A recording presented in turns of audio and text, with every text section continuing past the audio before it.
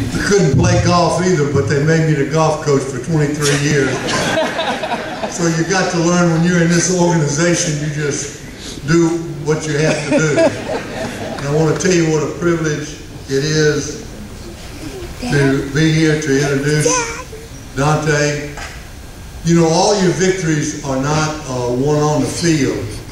And the one victory that I wanted to talk to you about tonight was during Dante's early career at the high school. I went to Nick and I said, Nick, I said, you got this kid playing quarterback. I said, he's not a quarterback.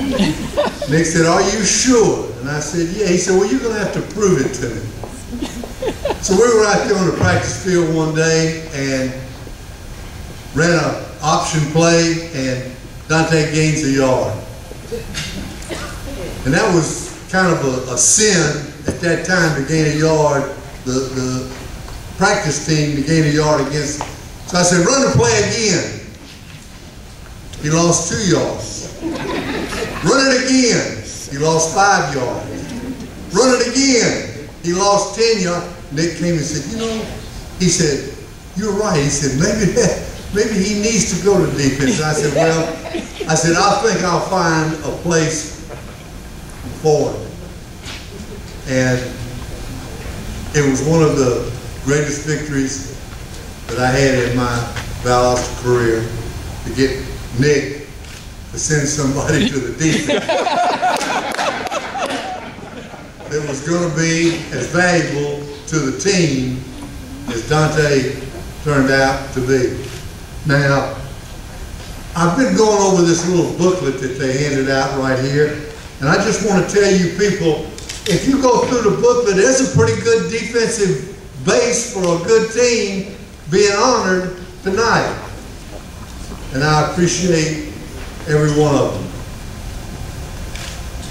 But if you'll turn to page 7 in the book, there's a lot of information about Dante there.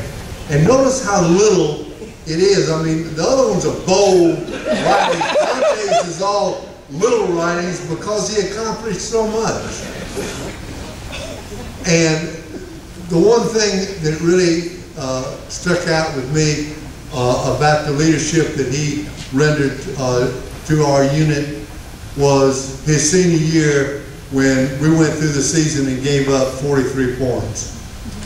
Now, you know, that's over a large number of games, and during the season we had 9 shutouts that year, and I thought it was a great honor to that group, and especially to Dante. Now, every once in a while, people will come and say, what was the best team you coached? Or who was the best player that you coached? A long time ago, when I first started my coaching, a great coach told me, never pick or tell people the best team or the best player. And I have taken that to heart, but I want to use it as a basis tonight to say Dante was in the top 2 of the smartest kids that I ever was associated with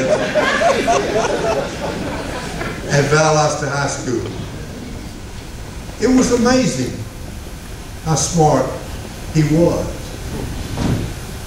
He went to Georgia Tech and graduated. He's gone into business and done well. He did well when he was in junior high or middle school, whatever they called it back then. And he certainly was an outstanding athlete and student at Valdosta High School. Now, y'all read this, all these things right here. I don't need to stand up here and tell you about this young man, because it's right there for all of y'all to see.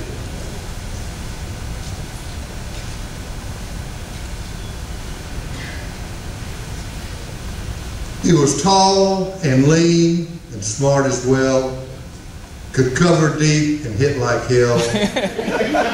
The model for what all defensive backs should be, the more to talk about this young man you'll see. He was the smartest kid in the Wildcat land. If given a chance, he'd probably lead the band. A leader on and off the field, the kind of man that would not yield. A born leader then and today, he's the kind of coach you hate to see go away.